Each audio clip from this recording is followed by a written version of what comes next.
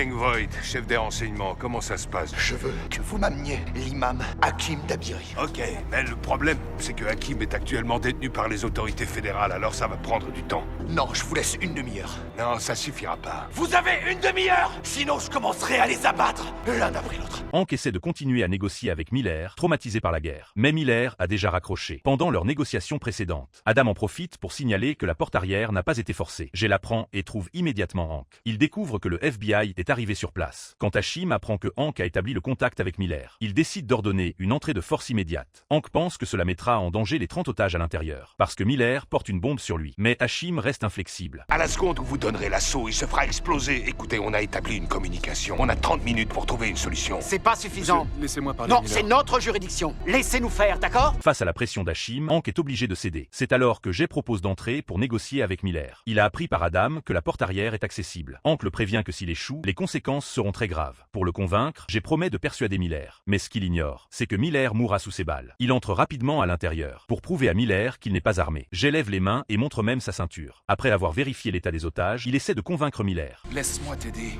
Pose ce pistolet. Donne-moi le détonateur. Et on sortira tous les deux ensemble. Je te promets que je ferai en sorte qu'il ne t'arrive rien. Laisse-moi te venir en aide. Peu importe ce que j'ai dit, Miller refuse d'abandonner. À ce moment, Adam en profite pour s'approcher de Miller. Face à des années de traumatisme de guerre et de pression, Miller est au bord de l'effondrement. Il veut appuyer directement sur le détonateur. C'est à ce moment qu'Adam se jette sur lui pour lui arracher le contrôleur. Jay n'a pas d'autre choix que de lever son arme et d'abattre Miller. Sortez! Sortez! Les otages vont sortir, tirez pas!